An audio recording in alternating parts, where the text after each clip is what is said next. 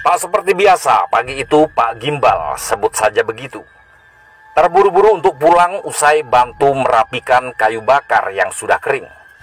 Pak Gimbal biasanya sore hari baru pulang.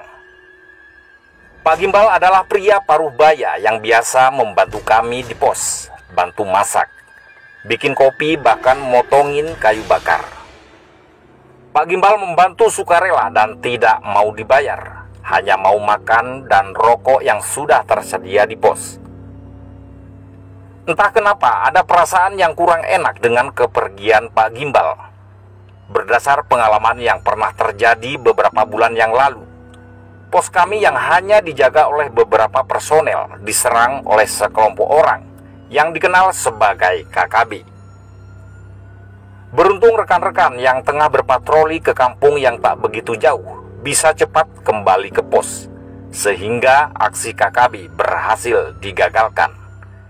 Ditengarai aksi tersebut ingin merampas persenjataan dan bahan makanan. Pihak KKB sepertinya sudah paham betul jadwal kegiatan di pos kami, dan saat penyerangan terjadi, Pak Gimbal tidak ada di pos kami. Berdasar pengalaman tersebut, kami jadi semakin waspada.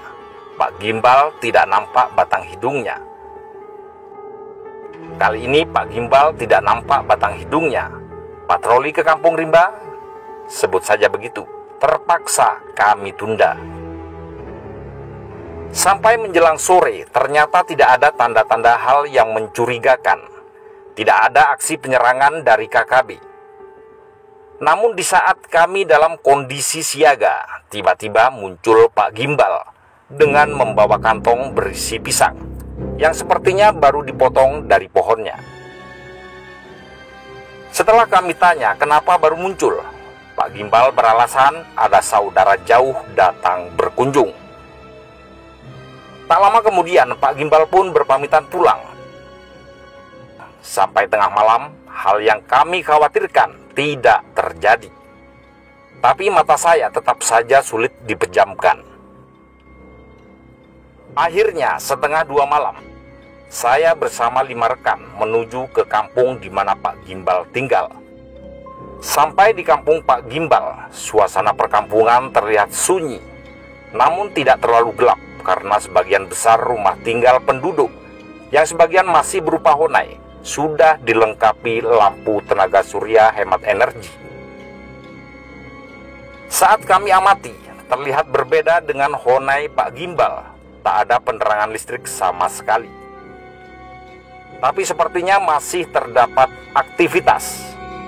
Nampak honai Pak Gimbal dengan pintu masih terbuka, dengan api perapian kayu yang menyala.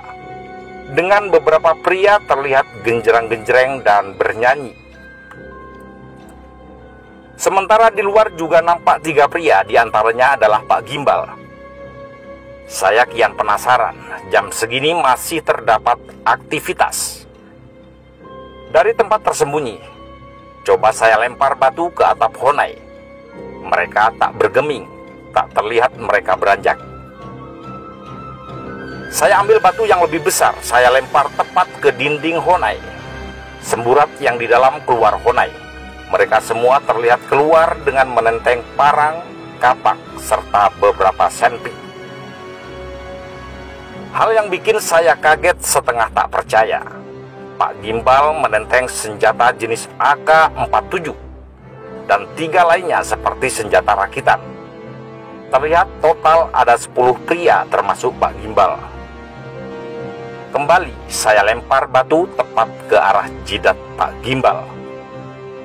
Spontan saja Pak Gimbal menembakkan senjatanya ke berbagai arah sembari teriak-teriak dengan bahasa yang tidak kami pahami.